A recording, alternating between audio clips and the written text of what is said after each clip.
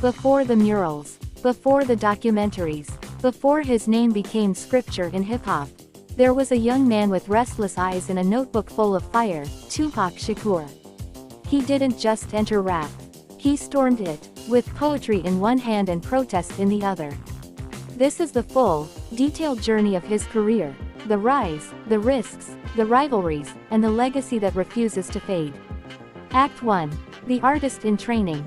Long before he became a rap icon, Tupac studied acting, poetry, jazz, and ballet at the Baltimore School for the Arts. He performed Shakespeare. He wrote deeply personal poems. He understood rhythm beyond beats, rhythm in speech, emotion, and silence. That training gave him something rare in hip-hop at the time: the ability to perform vulnerability without losing strength.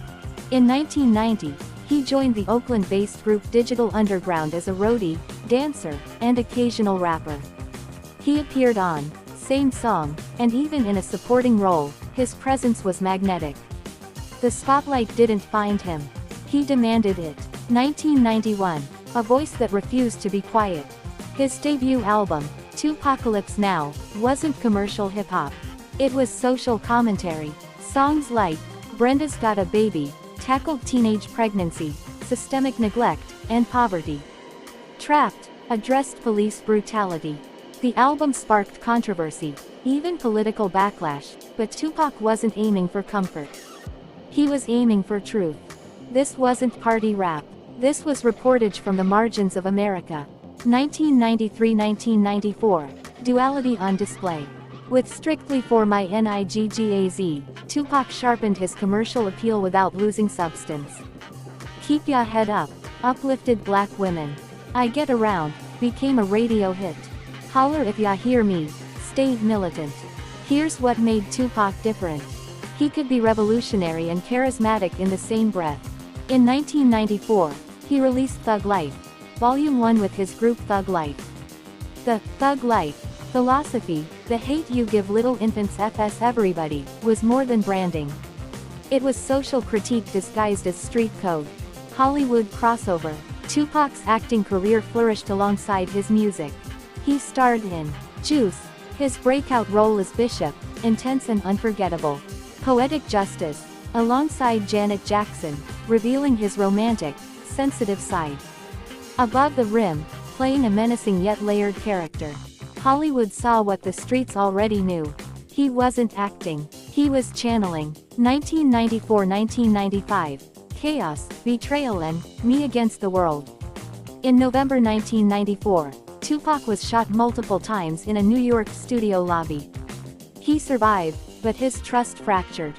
He publicly accused rivals, including the notorious B.I.G., of knowing about the setup. While facing legal battles and serving prison time, Tupac released Me Against the World. It debuted at number 1 on the Billboard 200, while he was incarcerated. That had never been done before. Dear Mama became one of hip-hop's most emotional tributes, honoring his mother with raw honesty. The album was reflective, paranoid, introspective, a man feeling isolated at the peak of fame. This wasn't aggression. This was survival on wax. 1996. The Death Row Dynasty. After his release, Tupac signed with Death Row Records, led by Suge Knight. Then came the juggernaut, All Eyez on Me, a double album, 27 tracks. No hesitation. It featured California Love, with Dr. Dre, Ambitions as a Rider, How Do You Want It. The sound was polished, aggressive, West Coast dominant.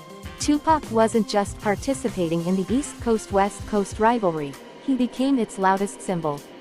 His diss track, Hit 'Em Up, remains one of the most explosive records in rap history.